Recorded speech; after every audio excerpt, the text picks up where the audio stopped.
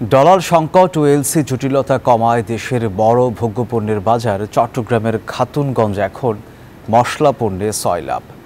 কয়েক সপ্তাহের ব্যবধানে এলাচ ছাড়া সব ধরনের মশলার দাম কেজিতে কমেছে 200 থেকে 1000 টাকা পর্যন্ত। কমেছে সব ধরনের ডালের দামও, তবে পাইকারিতে কমলেও খুচরা বাজারে কোনো প্রভাব পড়েনি। আবু জাবেদের ছবিতে চট্টগ্রাম থেকে নয়ন বড়ুয়া জয়ের রিপোর্টে বিস্তারিত। চট্টগ্রামে খাতুনগঞ্জে পাইকারি দোকানগুলোতে মশলা পণ্যের কোনো কমতি নেই। জিরা থেকে শুরু করে জয়ত্রী জায়ফলও ভরপুর। আমদানিকারকরা বলছেন 650 টাকা কেজিতে বিক্রি হওয়া জিরা বিক্রি হচ্ছে 450 টাকার মধ্যে। কমেছে লবঙ্গ, দারুচিনি, গোলমরিচ সহ অন্যান্য মশলার দাম, তবে কমেনি এলাচের দাম। বান্ডেল থাকলে প্রতি সেনমানিতে টাকা বাঁচবে। বিকাশ সেনমানি বান্ডেল কিনে জিতুন প্রতি লেনদেনে।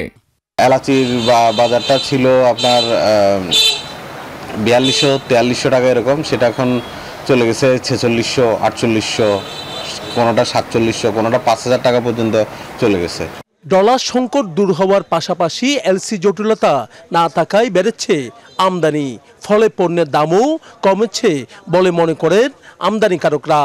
আর ছোট এবং মাঝারি ধরনের যে আমদানিকারক ছিল তারা কিন্তু সবসময় এলসি পেতেন না, এখন কিন্তু সবাই এলসি পাচ্ছেন, এটি একটা বড় বিষয়।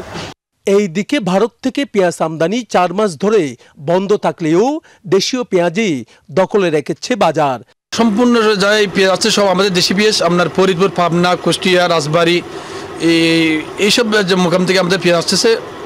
আপনাদের যথেষ্ট পরিমাণ আপনার এই আমদানি আছে। কমেছে আদা, রসুন সহ সব ধরনের ডালের দাম, তবে পাইকারিতে বেশিরভাগ পণ্যের দাম কমলেও খুচরা বাজারে দাম না কমায় দিশেহারা ক্রেতারা। এই সপ্তাহের মধ্যে মোটামুটি পাইকারি বাজার অনেকটা কমছে, কিন্তু খুচরা বাজারে ওই এফেক্টটা পড়ে না, এখানে এখনো আগের মতো দাম থেকে গেছে।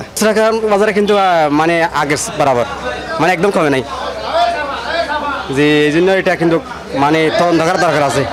জেলা প্রশাসনের পক্ষ থেকে নিয়মিত বাজার মনিটরিং করা হবে বলে প্রত্যাশা ভোক্তাদের। নয়ন বড়ুয়া জয়, নিউজ 24, চট্টগ্রাম।